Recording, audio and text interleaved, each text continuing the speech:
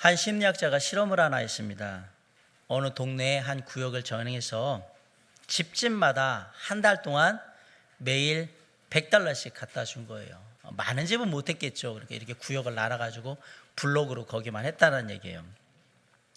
그러면서 사람들이 한 달 동안 어떻게 반응하는가를 이제 관찰하기로 했는데, 실은 첫날에 이제 사람들이 돈을 갖다 놓을 때, $100를 갖다 놓을 때 본 사람도 있고 안 본 사람도 있고 문 열었는데 있는 사람도 있고 막 있었겠잖아요. 그런데 본 사람들은 왜 미친 사람이 우리 집에다가 돈을 놓고 가나 이렇게 생각을 하면서도 그거를 가져가라고 돌려주기보다 집에다 이렇게 갖다 놓으니까 나 가지라고 주는 건가? 그러면서 이렇게 슬그머니 가지고 가더래요. 이틀 사흘을 지나니까 동네가 떠들썩하게 됐어요. 왜? 어느 동네에 매일 아침에 되니까 한 지금 3일째 계속해서 돈이 $100씩 이렇게 다 주어지더라 라고 마을에서 떠들썩해 줬어요. 그렇게 한 주가 지나가고 둘째 주 정도 되니까 이제는 현관 앞에 나와가지고 그 시간에 돈 주는지 안 주는지 기다리는 사람들이 생겼습니다. 셋째 주가 되니까 돈을 받는데 예전에는 처음에 받을 때는 좀 이렇게 이렇게도 하고 이렇게 뻘쭘해서 막 받더니 셋째 주 되니까 그냥 당연하다는 식으로 막 받아가는 거예요. 넷째 주가 됐어요. 이제는 저는 반각도 없어요. 그러면서 이렇게 딱 있으면 가져가고 받고. 실험 기간이 한 달이 끝났죠. 이제 4주가 지나서. 그래가지고 이제 학자가 또 동네를 다시 한번 가가지고 사람들이 어떤가 이렇게 딱 보러 갔는데, 사람들이 이미 알잖아요. 저 사람이 돈을 놓고 간 사람이라는 걸. 근데 돈을 안 놓고 가거든요. 마을 사람들이 뭐라 그랬을까요? 왜 오늘은 돈을 안 놓고 가냐고. 그래서 얘기를 드렸어요. 제가 한 달 동안 실험을 해보느냐고. 그래서 했던 겁니다. 그랬더니 그런 게 어딨냐고. 돈 놓고 가라고. 그러면서 막 사람들이 따지고 불평을 하고 왜 돈 놓으면 계속해서 놔야지 왜 안 놓냐고 막 그렇게 따지는 거였대요. 사람들은 이유 없이 베풀어지는 은혜를 어느 순간 은혜로 여기지 않고요, 당연한 거로 여기고, 더 나아가서는 그게 은혜였음을 망각한 채 그 은혜가 부족하고 나한테는 뭔가 더 많이 필요하다는 식으로 계속해서 불평하고 원망하고 그런 모습을 보이더라라는 사실입니다. 우리가 성경을 읽다 보면 많이 보는 단어 중에 하나가 뭐냐? 은혜라는 말입니다.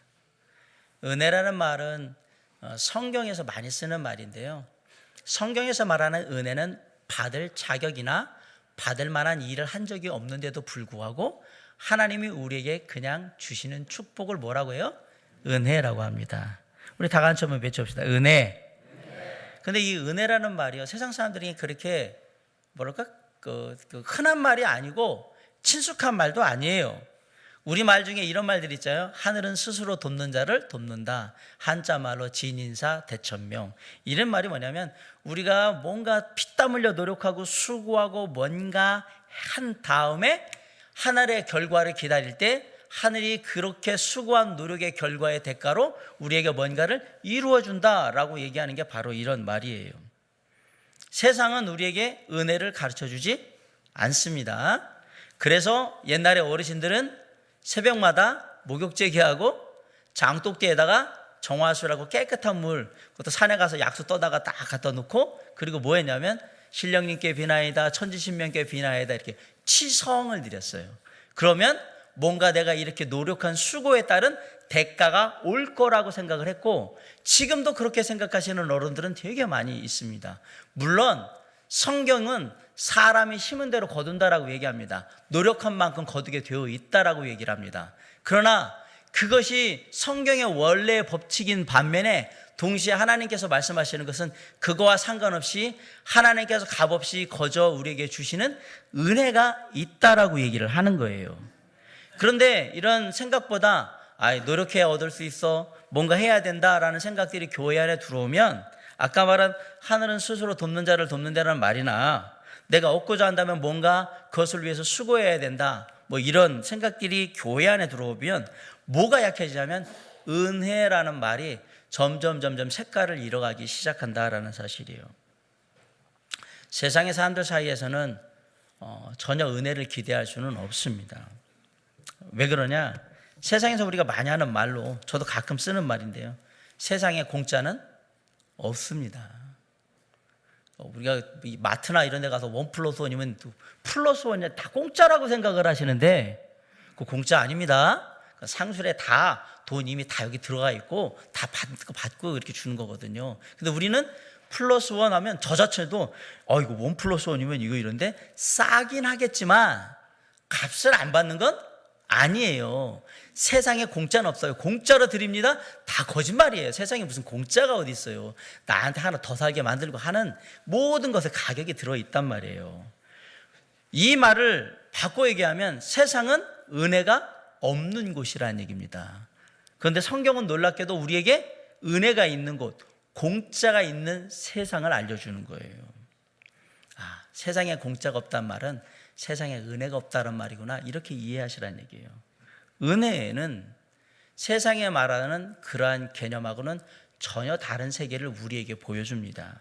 근데 놀랍게도 하나님께서 은혜를 얘기하시면서 은혜는 공짜, 값 없이 주어지는 거기 때문에 값을 치를 필요가 없다라고 분명히 말씀하셨어요. 이사야 55장 1절에 보면 너희 목마른 자들아 물로 나오라, 돈 없는 자도 오라, 너희는 와서 먹되 돈 없이 값 없이 와서 포도주와 젖을 사라, 이렇게 되어 있어요. 계시록 21장 6절에 보면 나는 알파와 오메가여 처음과 나중이라, 내가 생명수 샘물로 목마른 자에게 값 없이 주리니, 이렇게 말씀하셨어요. 또 계시록 22장 17절에 보면 성령과 신부가 말씀하시기를 오라 하시는도다. 듣는 자도 오라 할 것이요 목마른 자도 올 것이요 또 원하는 자는 값없이 생명수를 받으리라 라고 분명히 말씀했습니다. 여기서 중요한 말은 돈 없이 값없이라는 말이에요. 이 말을 잘 마음에 새기시길 바랍니다. 성경이 말씀하시는 하나님이 우리에게 값없이 돈과 상관없이 주시는 것을 뭐라고 얘기한다? 은혜라고 얘기하는 겁니다. 그래서 하나님은 은혜의 하나님이고요, 성령은 은혜의 영이고요, 우리가 믿는 예수 그리스도의 복음은 은혜의 복음인 것입니다. 은혜에 대해서 잘 모르면 신앙생활을 제대로 할 수가 없어요. 은혜가 신앙생활의 핵심이에요.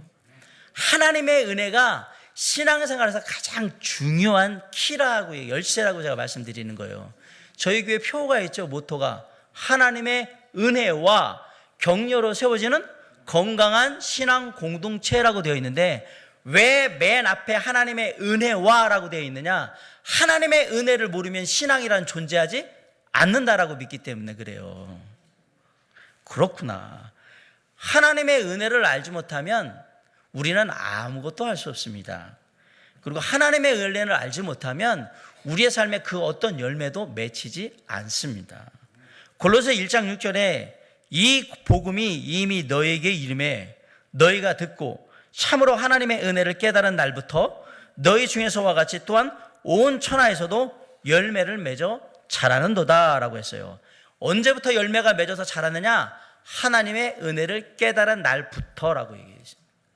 그러니까 우리의 삶에 정말 삶의 참다운 열매가 맺히고 하나님께서 우리가 바라볼 때 기뻐할 만한 일들이 일어난 시작이 언제부터냐? 하나님의 은혜를 깨달은 날부터라고 얘기하는 거예요. 은혜는 이렇게 우리에게 많은 일들을 이룹니다. 잘 아시다시피 은혜로 우리가 구원을 얻습니다. 너희가 그 은혜를 인하여 믿음으로 말미암아 구원을 얻었다라고 분명히 에베소 2장 8절에 얘기하니까. 그리고 우리가 은혜로 용서를 받아요. 에베소 1장 7절에 보면 우리가 그리스도 안에서 그의 은혜의 풍성함을 따라 그의 피로 말미암아 구속 곧 죄사함을 받았다라고 분명히 얘기되어 있어요. 아울러서 은혜는 우리를 의롭게 해요. 디도서 3장 7절에 보면 우리로 저의 은혜를 힘입어 의롭다 하심을 얻어 영생의 소망을 따라 후사 하나님의 자녀가 되게 하려 하심이라 그랬어요. 은혜로 하나님의 자녀 된 의로움을 입는 것입니다.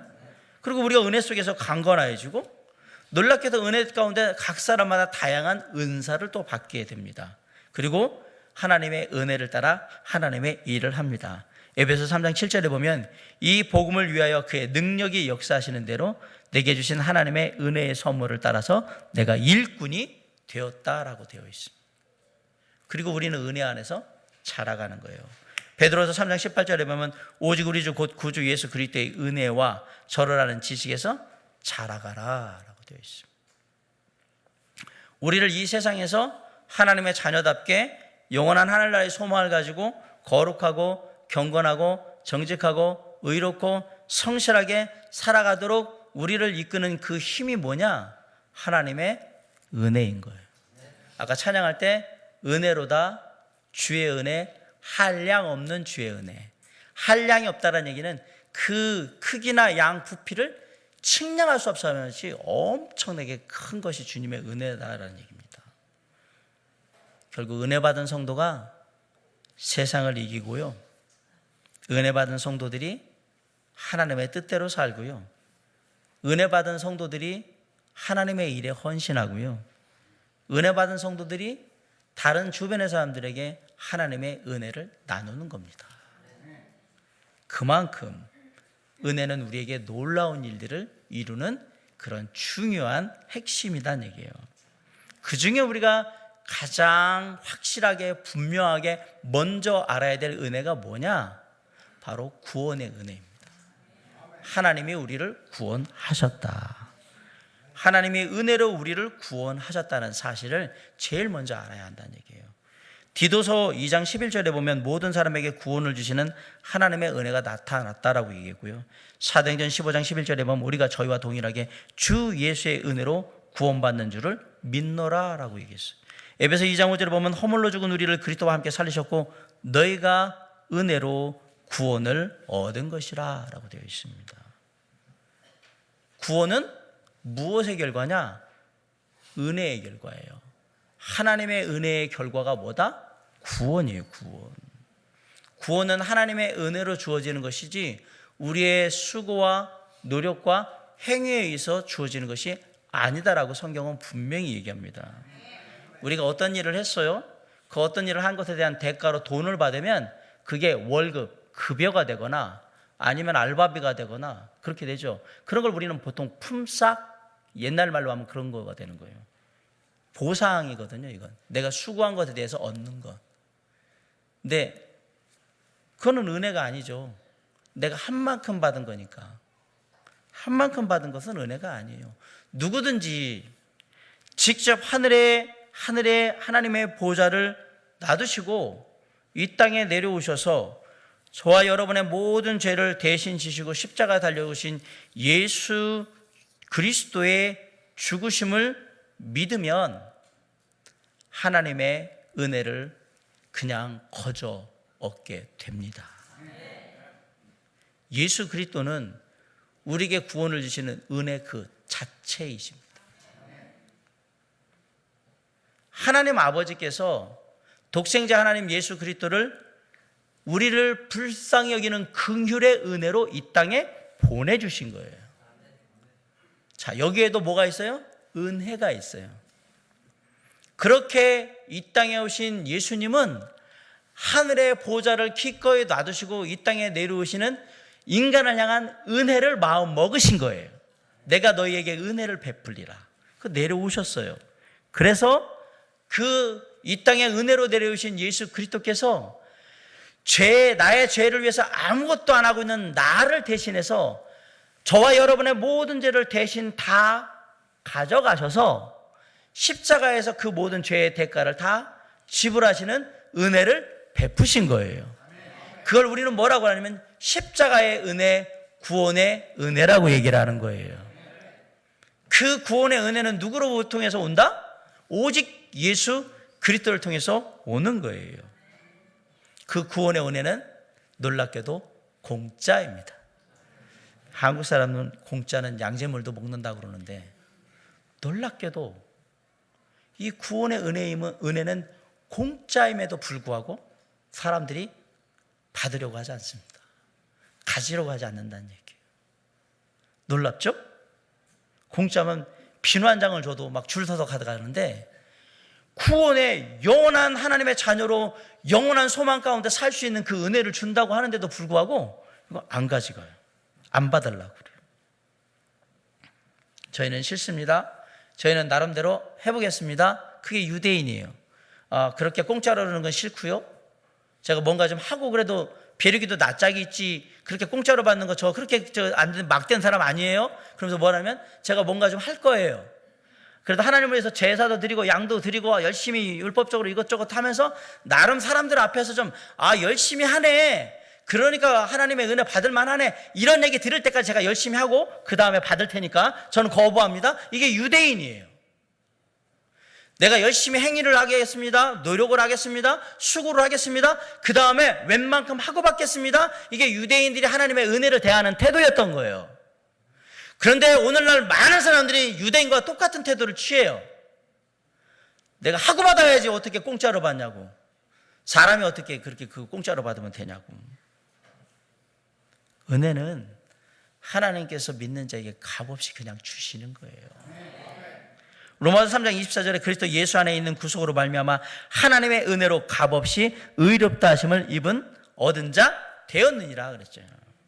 은혜로 값없이 의롭다 된 거예요. 다시 한번 잘 보세요. 은혜는 값없다라고 되어 있어요. 이 말을 오해하지 마세요. 은혜는 싸구려다 이 얘기가 아니라 누군가는 은혜를 베풀기 위해서 가장 값비싼 대가를 지불하셨고요. 그 대신 그 은혜를 받는 자는 아무런 대가도 지불하지 않는 거예요. 은혜를 위하여서 누군가에게 은혜를 주기 위해서 가장 값비싼 대가를 지불하신 분 누구예요? 예수 그리스도시고요. 그분이 가장 값비싼 대가를 지불하셨기 때문에 우리는 은혜를 값없이 그냥 받는 거예요. 은혜는 싸구려가 아닙니다. 절대 복음은 싸구려가 될 수가 없습니다. 예수 그리스도의 십자가의 죽음이라는 가장 값비싼 하나님의 죽으심으로 완성된 게 바로 구원의 은혜이기 때문에 그렇습니다. 그러니까 은혜는 함부로 이렇게 막 날리는 게 아니에요. 주님의 그 은혜가 얼마나 대단한 건가를 생각을 하셔야 돼요. 그렇기 때문에 은혜는 값없이 우리에게 주어지는 거예요. 근데도 불구하고 그 값없이 줬는데도 불구하고 자꾸 값을 치른다라고 얘기한다면 그것은 하나님의 은혜를 거부하겠다는 얘기고요. 하나님의 은혜를 모욕하는 거예요. 내가 너에게 값없이 주겠다는데 나를 지금 모욕하는 거라는 얘기입니다. 사랑하는 성도 여러분, 기독교와 다른 세상의 종교의 차이점이 있습니다. 다른 세상의 종교들은 열심히 하라고 얘기하고요. 물론 신앙생활 열심히 해야 되죠. 저는 그걸 하지 말라는 얘기를 하는 게 아니고요. 금욕을 해야 되만 되고 선행을 해야만 하고 자선을 해야만 하고 청빈하게 살아야만 하고 노력해야만 되고 수행을 하고 깨달음을 가져야 되만 너희들이 그런 것들을 통해서 뭔가를 얻을 수 있다라고 자꾸 얘기를 해요. 지켜야 될 율법이 있다고 얘기하고 규례가 있다고 얘기하고 행해야 될 의식이 있다고 얘기합니다. 물론 성경에도 지켜야 될 율법이 있고 규례가 있고 행해야 될 의식이 있습니다. 세상의 다른 종교들은 얘기하는 거예요. 구원을 얻기 위해서는 공짜는 없으니까 하라라고 얘기하는데요. 놀랍게도 지금 제가 말씀드린 이런 것들은 다 언제 하는 거냐면 너희가 은혜를 얻은 후에 해야 되는 일들인 거예요. 세상의 종교들은 은혜를 얻기 위해서 이걸 하라고 얘기하는 거고 예수 그리스도께서 우리에게 주신 기독교 구원의 복음은 은혜를 얻은 자가 은혜를 얻은 후에 우리의 삶을 거룩하게 하고 경건하게 하고 성실하게 하고 정직하게 하고 그렇게 살아야 된다라고 얘기하는 거예요. 은혜 받은 자답게 살으라고 하는 거예요. 예수 그리스도께서 그 일을 우리에게 이루신 거예요. 십자가에서 우리의 모든 죄값을 대신함으로 말미암아서 우리가 죄와 사망의 형벌당할 것을 이미 다 처리하신 거예요. 우리의 육신으로, 우리의 연약한 육신으로 할 수 없는 일을 누가 해주신 거냐? 예수 그리스도께서 다 해주신 거예요. 친히 담당하셨다라고요. 그리고 나서 다 담당하신 뒤에 마지막으로 십자가에서 뭐라고 하셨냐면 마침내 다 이루었다라고 얘기하신 거예요. 이 말이 곧 구원의 은혜요. 구원이 값없이 우리에게 주어지는 은혜의 선물이라는 것을 알게 합니다. 뭘 다 이뤘다는 얘기냐? 우리가 하나님의 말씀하시는 구원을 이루기 위해서 할 모든 일들을 이미 다 하셨다라고 얘기를 한 거예요. 바꿔 얘기하면 이제 다 끝났다. 더 이상 구원을 위해서 너희들이 할 일은 없다라고 얘기하신 거예요. 그럼에도 불구하고 내가 예수 믿고 구원받아서 하나님의 자녀가 되고 영원한 생명을 갖는데 뭔가 예수님이 말씀하시는 그런 내용들은 그냥 믿기만 하라는 내용들은 뭔가 2% 부족하여 보여서 그래도 내가 감사헌금도 하고 11조도 하고 교회 예배도 열심히 드리고 성경 공부도 하고 신앙생활도 한 10년 정도 하고 그리고 전도도 몇 명 하고 막 이렇게 해야 내가 그래도 구원받았다고 얘기하고 구원의 은혜를 받았다고 얘기할 수 있는 상황이 되지 않을까라고 생각하시는 분들이 있다면 그건 참 어리석은 짓이라는 얘기입니다. 주님이 말씀하셨어요. 우리가 구원을 얻기 위해서 해야 될 행위와 수고와 노력은 하나도 없다라고 얘기하셨어요. 다만 뭐만 하면 돼요? 믿기만 하면 돼요. 그냥 구원의 은혜의 사역은 이미 다 된 거예요. 다 끝난 거예요. 그러면 뭐 하면 되냐? 그냥 말씀하시는 대로 받아들이기만 하면 됩니다. 근데 여기에 예수가 한 구원은 완전하지 못하다, 뭔가 2% 부족하기 때문에 내가 다시 이 땅에 와서 온전한 구원을 이루겠다? 그러면 2단 사이비가 되는 거예요. 그런 분들 많이 계시잖아요. 자기가 또 예수라고 얘기하면서 내가 그 일을 위해서 인간 예수가 하지 못한 일을 내가 하러 온다고 그걸 또 믿고 아멘 하고 또 하시는 분들이 신년부터 이런 얘기 하시면 참 어리석은 인생을 사는 거예요. 그분은 구원받지 못합니다. 오직 예수 그리스도만의 구원의 은혜를 주실 수 있습니다. 자, 제가 말씀드렸잖아요. 예수 그리스도께서 우리에게 주신 구원의 은혜는 우리에게 주신 놀라운 선물인데, 자, 선물이라고 하면 선물은 주는 사람이 있고 받는 사람이 있는 거잖아요. 선물을 누군가 준비를 했는데 받을 사람이 없다? 이거 진짜 뻘쭘하고 난감한 일입니다. 이거만큼 난감한 일이 없어요. 하나님께서 우리에게 구원을 주시겠다고, 믿는 자에게 주시겠다고 은혜 가운데 선물로 준비를 하셨어요. 저는 요즘 옛날에는 안 그랬는데 우리나라 사람들도 요즘은 선물을 받으면 오픈을 바로바로 그죠? 해서 뭔 선물을 줬는가 이렇게 뜯어보고 그러더라고요. 선물은 장식해놓으라고 준 게 아니에요. 그리고 선물은 금고나 이런 데다가 이렇게 보관하라고 준 게 아니에요. 선물은 선물로서의 가치를 쓰고 활용하고 뭐 먹거나 이렇게 하라고 주는 거죠. 자, 근데 아무리 내가 선물을 준비했더라도 받기를 싫어하면 줄 수가 없습니다. 나는 마음을 다하여 선물을 준비했는데 선물을 받아야 될 사람한테 이거 내가 준비한 선물이야 그러는데 이 사람이 안 받겠대요. 싫대요. 근데 거기다가 선물을 만약에 주고 간다고 해서 몰라 너를 위해서 만든 선물이니까 너 가정으로 줬다고 생각해 보세요. 이 사람이 과연 그걸 선물로 생각을 할까요? 왜 받기 싫다는데 왜 줘? 그러고 저거 갖다 막 쓰레기같이 던져버릴 거예요. 잘 들으세요. 구원의 은혜의 선물은 받기 원하는 자에게는 가질 수 없는 겁니다. 그래서 못 갖는 거구나. 누구나 다 주려고 하나님이 준비를 해놓으셨는데 내가 받기를 거부하기 때문에 못 갖는 거지 하나님이 안 주시는 게 아니란 얘기입니다. 그 은혜의 선물은 그냥 고맙습니다라고 하고 받기만 하면 되는 거예요. 근데 선물 받고 나서 여러분 지갑 열어서 이거 얼마짜리예요? 이렇게 주신 적 있으세요? 없어요. 선물을 받고 나서 우리가 할 일은 하나도 없어요. 딱 하나만 하면 돼요. 그냥 고맙게 받고 나한테 선물해 주니까 그냥 고맙네라고 생각하면 되는 거지 그거 이외에 아무것도 없어요. 그래도 내가 선물 주셨으니까 내가 뭔가 좀 대가를 지불하는 그 순간 그것은 선물이 아니라 뭐가 되는 거예요? 내가 상품을 산 거가 된 거예요. 이게 선물의 의미를 정확하게, 구원은 우리 주 예수 그리스도가 믿는 자에게 주시는 선물입니다.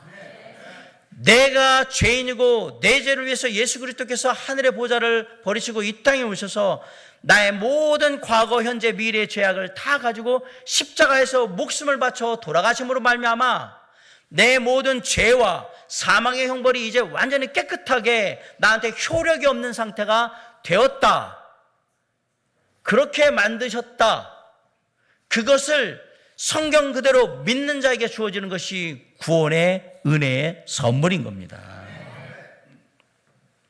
그런데 아직도 하나님의 나라에는, 천국에는 많은 세상의 모든 사람을 위해서 하나님께서 구원의 은혜의 선물을 준비해 두셨음에도 불구하고 배송이 안 된 게 수북하게 쌓여 있는 거예요. 왜 배송이 안 됐을까요? 거부하니까, 받기를 원하지 않으니까. 나는 공짜로는 안 받습니다, 그런 선물 필요 없다라고 얘기하는 분들이 많으니까, 거부하니까 배송이 안 되는 거예요.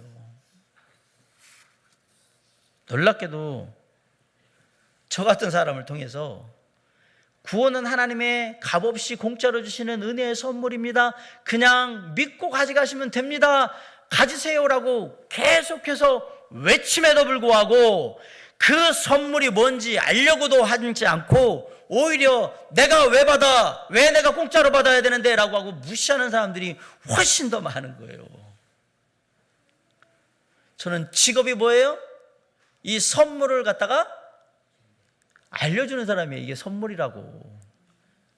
저는 평생 하는 일이 그인 거예요. 예수 그리스도께서 우리에게 주신 선물이 있는데 선물 받아가세요를 외치는 사람이 목회자인 거예요. 물론 여러분들도 하시지만 저는 평생의 직업이 그 일을 하는 거예요. 선물 받아가시라고. 예수 그리스도께서 저와 여러분에게 값없이 구원의 은혜라는 선물을 주셨어요. 가져가세요. 그냥 믿고 가져가시면 돼요 라고 얘기하는 거예요. 기쁜 마음으로 가져가세요. 근데 안 가져가는 거죠. 안 가져가는 분들은 그 선물이 얼마나 놀라운 선물인지를 몰라서 그래요. 몰라서. 구원의 은혜가 담긴 그 선물은 모든 사람들을 위해서 준비된 것이고요, 그 선물의 내용은 풍성합니다. 어느 분이 내가 강에 물고기가 돼가지고 강에 있는 물을 다 마셔버리면 강에 바짝 마를 텐데 그러면 어떻게 되지? 라는 걱정을 하셨대요. 또 얘기, 이 곡식이 많이 있는 창고에 내가 쥐가 돼가지고 그 곡식 창고에 있는 그 곡식들 내가 다 먹어버리며 가지고 만약에 나중에 써야 될 때 텅 비어버리면 어떡하지? 라고 얘기했대요. 어느 분이 또 생각을 하는데 산에 올라가는데 너무 공기가 맑아가지고 좋다고 그래가지고 이 공기 내가 다 마셔버려가지고 공기가 완전히 없어지면 어떡하지? 라고 고민을 했대요. 이분이 누군지 아십니까? 우리가 잘 아는 찰스 스펄전 목사님 어느 날 주일 예배 끝나고 집에 가다가 이런 생각을 했대요. 이 템즈강에 있는 물을 내가 물고기가 돼가지고 다 마셔버리면 어떡하나? 그랬더니 하나님이 이렇게 얘기하시더래요. 마음껏 들여 마셔라 작은 물고기야, 내 은혜가 네게 족하다. 그래서 이제 생각을 한 거예요. 아까 말한 곡식 창고에 내가 생쥐가 돼가지고 이 곡식에 있는 곡간에 있는 거 다 먹으면 이거 다 해가지고 다 이게 텅 비어버리면 어떻게 되니? 마음껏 먹어라 이 작은 생쥐야, 내 은혜가 네게 족하다. 산에 올라가가지고 호흡하면서는 마음껏 다 들여 마셔라 이 작은 인간아, 내 은혜가 네게 족하다. 하나님의 은혜는 그렇게 부족한 게 아닙니다. 우리가 생각할 때 다 마셔버리고 다 먹어버리고 다 그렇게 하면 없어질 거라고 생각하는 그런 은혜가 아닙니다. 주님이 얘기해요. 누구든지 오라고 얘기해요. 마음껏 받아 먹으라고 얘기해요. 마시라고 얘기해요. 마음껏 취하라고. 값 하나도 지불하지 말고 네가 먹고 싶은 만큼 다 가져가. 이게 하나님의 방법이거든. 조건도 없어요. 제약도 없어요. 밤낮 시간 제약도 없어요. 죄를 많이 지은 자도 상관없어요. 죄 없는 자도, 죄 적게 지은 자도 상관없어요. 뭐 어떤 일을 했냐 안 했니, 교회를 다니냐 안 다니냐 상관없어요. 유대인도 상관없어요. 이방인도 상관없어요. 공산주의자도 상관없고 자본주의자도 상관없어요.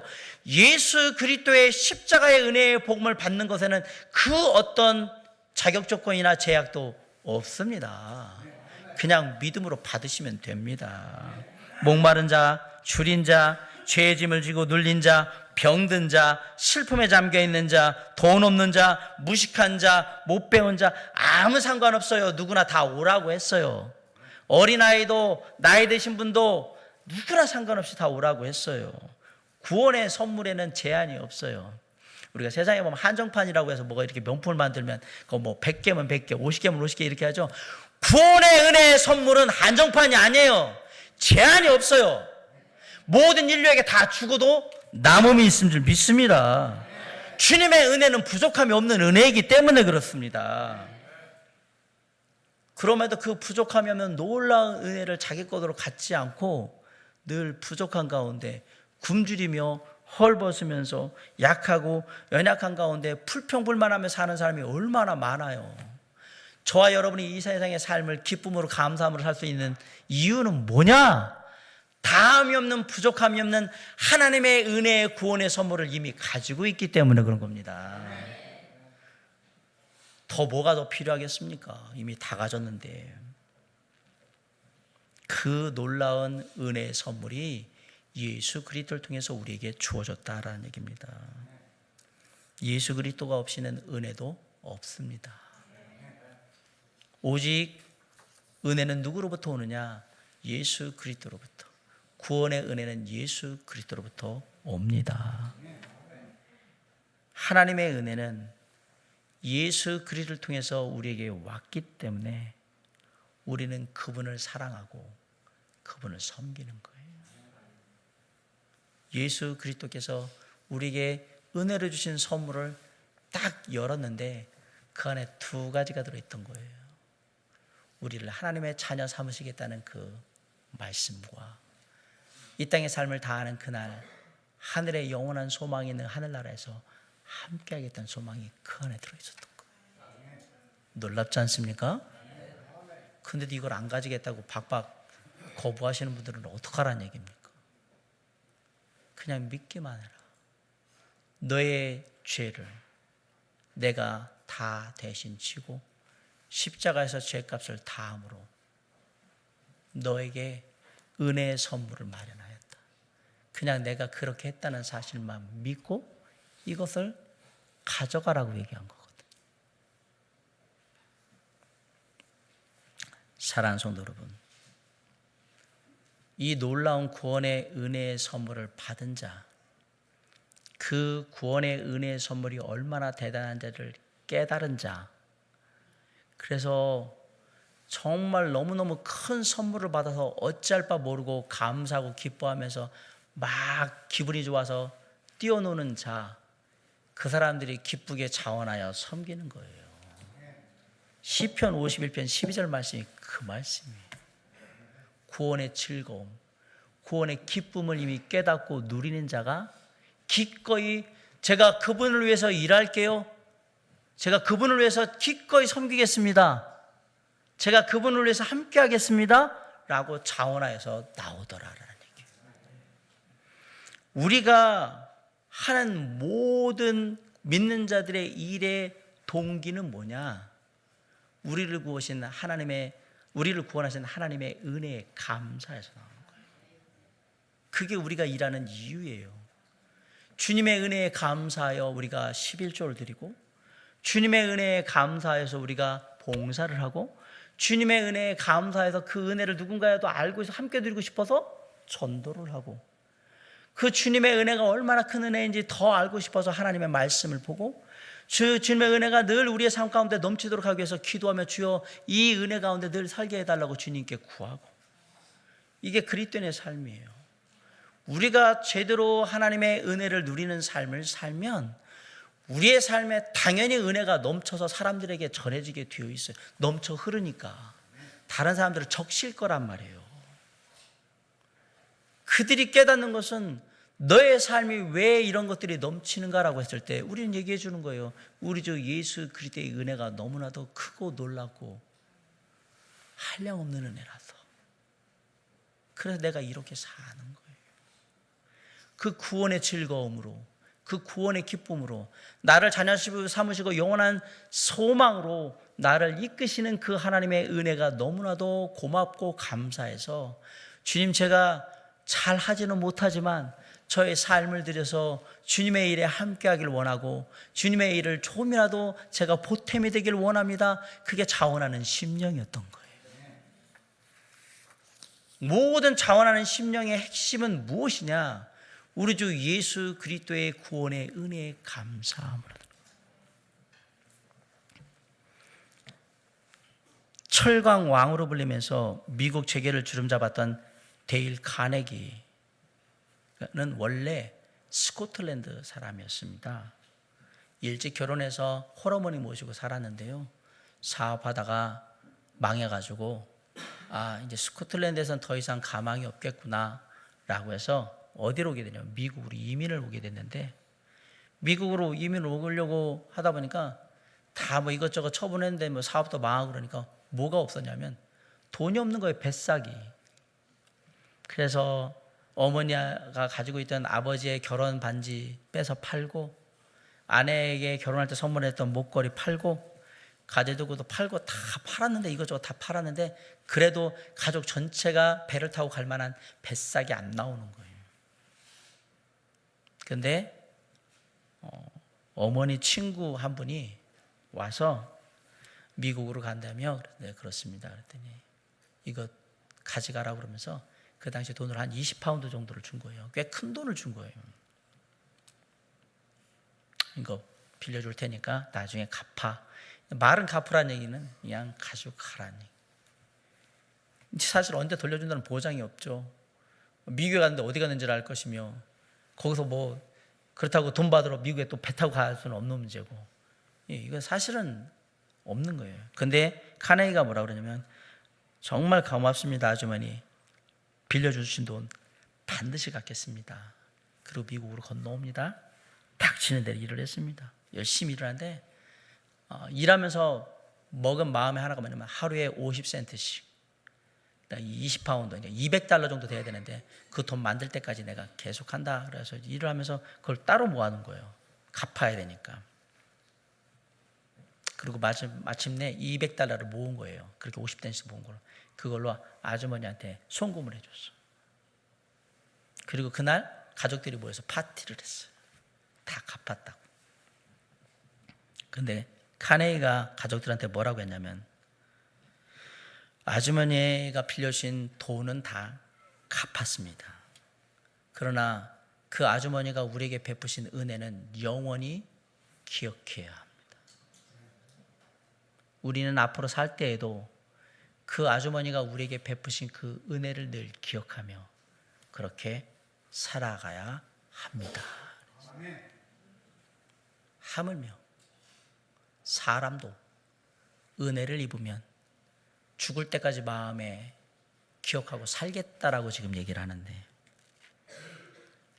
우리가 하나님의 놀라운 구원의 은혜를, 그 크신 은혜를 힘입었는데 그것도 기억하지 못하고 그것도 생각하지 못하고 산다면 우리가 과연 하나님의 자녀라고 할 수 있냐라는 얘기입니다.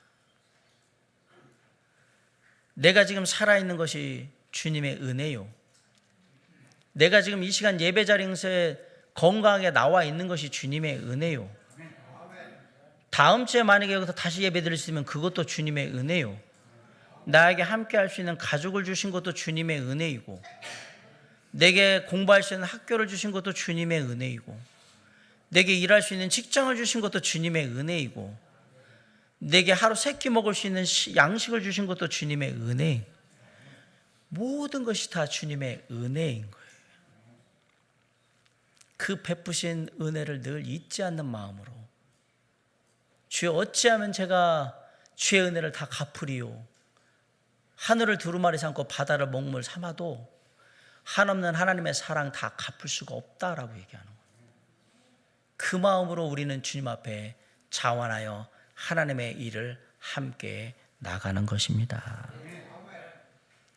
이 놀라운 구원의 은혜의 마음이 우리 안에 있기 때문에 우리가 주님의 일을 할 때에도 기쁘고 감사한 것이고요, 때로는 우리에게 맡겨진 주님의 일이 힘들고 어려움에도 불구하고 기쁘게 감사함으로 감당하는 것이고요, 그리고 때로는 내 능력 부족하지만 주님이 은혜 베푸셔서 내가 이 일을 할 수 있고 함께 할 수 있다는 것만으로도 기쁘고 감사한 겁니다. 사랑하는 성도 여러분, 2019년 한 해는 저와 여러분의 마음 가운데 나를 구원하신 우리 주 예수 그리스도의 은혜의 구원의 그 놀라운 기쁨과 즐거움이 늘 함께 하시길 간절히 바랍니다. 주님이 주신 것으로 인하여서 그 은혜의 선물로 인해서, 구원의 선물로 인해서 너무너무 기쁘고 감사하고 행복하고 좋고, 그래서 내가 한다고 해서 될 건 아니지만 그래도 하나님 앞에 뭔가 내가 하고 싶고 정말 섬기고 싶고, 주님의 몸된 교회도 하나님의 나라도 영혼들도 제가 정말 하고 싶어요. 주님 나에게 이 놀라운 거 주셨는데 제가 정말 뭐라도 주의 은혜에 정말 보답하고 싶은 마음이에요. 그게 자원하는 심령이었던 거예요. 그런다고 어찌 우리가 주님의 은혜를 다 갚을 수 있겠습니까? 많은. 그럼에도 불구하고 그 주님의 구원의 은혜의 놀라운 선물을 늘 마음 가운데 기억하고 감사하며 기쁨으로 즐겁게 주님 앞에 나아간다면 우리의 삶에 더 놀라운 하나님의 은혜와 축복이 함께 하리라고 믿습니다. 오늘 저와 여러분의 마음 가운데 구원의 즐거움으로 하나님 앞에 자원하는 그 심령을 허락하셔서 내가 정말 주님의 그 구원의 은혜를 마음껏 누리는 그것에 감사하며 주의 일에 함께하리라, 주님과 함께하리라는 마음으로 우리의 다짐을 새롭게 하며 주님께 나아감으로 주님이 정말 기뻐하시는 삶을 이루어가는 2019년 한 해 저와 여러분이 될 수 있기를 주님의 이름으로 간절히 축원합니다. 기도하시겠습니다.